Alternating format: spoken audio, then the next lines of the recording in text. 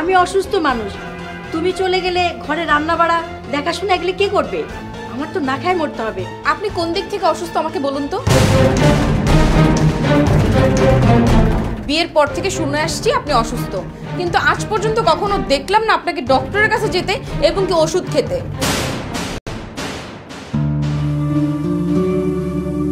বোমা,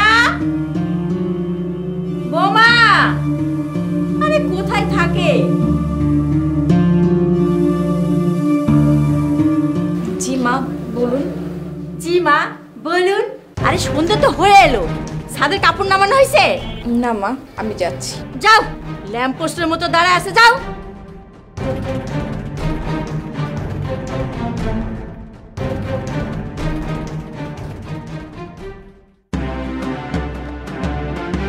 বোমা, এই যে ফ্যানটা ছাইড়ে একা একা বসে আছো কেন?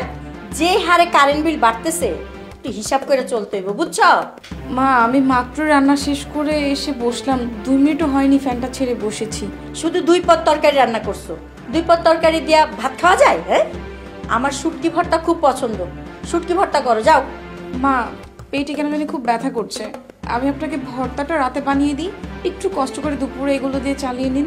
তোমার যত ঢং, শোনো, আমিও 3 বাচ্চার মা হয়েছি, বুঝছো? তোমার মতো অত ঢং করি নাই।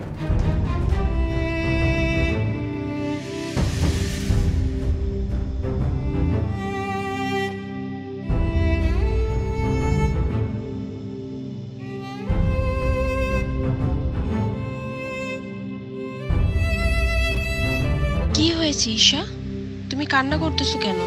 আচ্ছা ভাবি, তুমি যখন প্রেগনেন্ট ছিলা তখন মা তোমাকে দিনে কয়বার রান্না করতে দিত, আর এক এক বেলায় কত রকমের খাবার রান্না করতে দিত? আমাকে তো রান্নাঘরে তেমন যেতেই দেয়নি, শুধু ঘরে টুকটাক কাজ করেছি, বাকি সব কাজ আমার শাশুড়ি, তোমার মা করতো।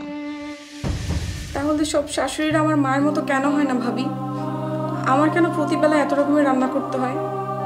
আমারই বা কেন কপালটা এত খারাপ? আমাকে না বুঝে আমার স্বামী, না বুঝে আমার শাশুড়ি, আমি কার কাছে বলবো এসব ভাবি?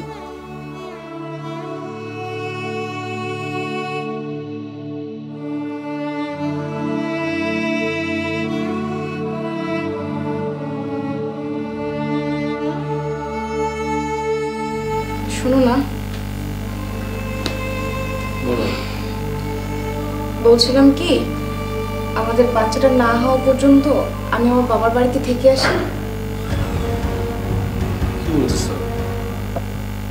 বাবার বাড়ি কেন যাওয়া লাগবে?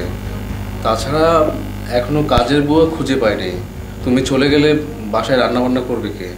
আমি আর মা কি খাবো? ও তাই না? আমি জানতাম আমি এই বাড়ির বউ, কিন্তু তোমরা যে আমাকে কাজের মেয়ে ভাবো সেটা জানতাম না।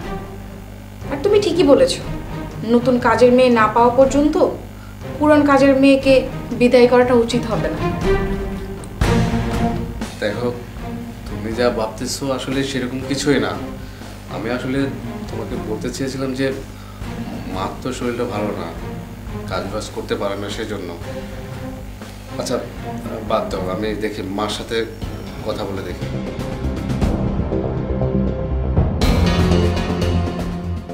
ভাইয়া চলো। কোথায় যাচ্ছ বোমা? কোথায় যাবো মানে? আমার বাপের বাড়ি যাচ্ছি মা। বাপের বাড়ি যাচ্ছ মানে? আর তুমি না থাকলে আমার সংসার দেখবে কে? আমি অসুস্থ মানুষ, তুমি চলে গেলে ঘরে রান্না বাড়া দেখাশোনা এগুলো কে করবে? আমার তো না খায় মরতে হবে। আপনি কোন দিক থেকে অসুস্থ আমাকে বলুন তো। বিয়ের পর থেকে শুনে আসছি আপনি অসুস্থ, কিন্তু আজ পর্যন্ত কখনো দেখলাম না আপনাকে ডক্টরের কাছে যেতে এবং কি ওষুধ খেতে। আর না খেয়ে থাকবেন মানে? আপনি কি রান্নাবাড়া করতে পারেন না, নাকি ছেলের বউকে পেয়ে রান্নাবাড়া সব ভুলে গিয়েছেন? কোনটা? আমি তো আপনার বংশের রক্তকে আমার পেটে ধারণ করেছি, আমার সাথে আপনি যা যা করেছেন এটা কি আপনার মেয়ের সাথে করতে পারতেন? দেখো, তুমি মাকে ভুল বুঝতেছো। প্রেগনেন্ট থাকা অবস্থায় বসে না থেকে টুকটাক কাজ করলে শরীর ভালো থাকে, তাই মা হয়তো তোমাকে বলতো যে কাজ করার জন্য। আসলে তুমি যা ভাবছো তা না। টুকটাক কাজ, টুকটাক কাজ করা ভালো, কিন্তু প্রতি বেলায় 5 রকমের রান্না করা, এই অবস্থায় সিঁড়ি দিয়ে ছাদে গিয়ে কাপড় চোপড় আনা, ফ্যান অফ করে গরমের মধ্যে বসে থাকা, এগুলো খুব ভালো কাজ তাই না? আমি তো তোমার অর্ধাঙ্গিনী, এবং তোমার অনাগত সন্তানের মা। তুমি যদি তোমার স্ত্রী এবং সন্তানের খেয়াল না রাখতে পারো তাহলে বিয়ে কেন করেছি? ও আচ্ছা, বুঝতে পেরেছি, বিনা বেতনে কাজের মেয়ে পাওয়ার জন্য বিয়ে করেছিলে, তাই তো? ভেবেছিলাম বোনটাকে সুখে রাখবে, কিন্তু এতটা অযত্নে রাখবে সেটা বুঝতে পারিনি। মানুষ মাত্র ভুল, আর ভুল মানুষই করে, আর মানুষই ভুল সংশোধন করে। যদি নিজেদের ভুল বুঝতে পারো তাহলে আমার বোনকে নিতে এসো, আর যদি না হয় তাহলে আর কখনোই আমার বোনকে তোমার সংসারে দেবো না। বৌমা, আর এমনটা হবে না, তুমি যেও না বৌমা।